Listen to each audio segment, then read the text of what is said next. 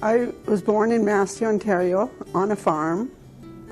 And when I was born, I already had two siblings, one brother who was 3 years older than me, and one sister who was 1 year older. That was my only sister, but altogether I had 6 brothers. When I was younger, I had actually wanted to be a teacher, but my dad had helped me already to a certain extent, and because of the number of children, he said I can only afford 1 more year of education.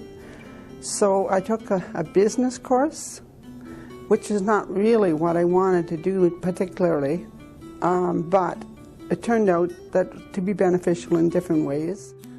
I worked for the provincial government as a clerical typist before I left Ontario. And then I went to Alberta for 1 school year. In Alberta, I had worked for the government as a supervisor, as a residential school. And I really enjoyed that year tremendously. I knew that children were all missing their family or their parents, so I was trying to be, as much as I could, a mother figure for them. And I managed to get all the children, the young ones and the older ones,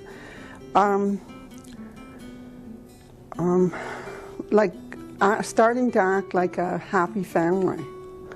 And I feel pretty sad today to hear about the different things connected with residential schools, but I can understand to some extent the isolation, which would be very hard on the children. It was hard on me just for that 1 year, you know, and then I ended up getting married. Before I got married, to him I said, do you have any objection to our adopting children? He says, you want to adopt? And I said, well, yes, I think I really would like to adopt. I had read some advertisements in the Catholic paper saying that children needed homes and stuff like that. So even though I expected that we would probably have our own, I thought I would like to adopt as well. And he said, well, I have no objection. I like children.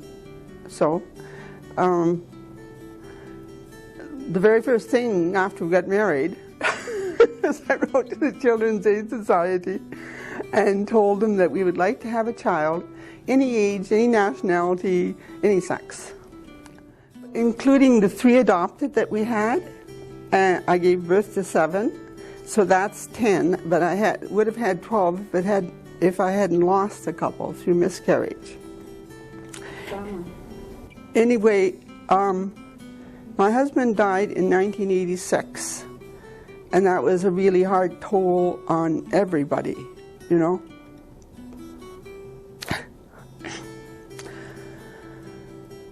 25 years, you think I'd be over it? You must have had a wonderful marriage.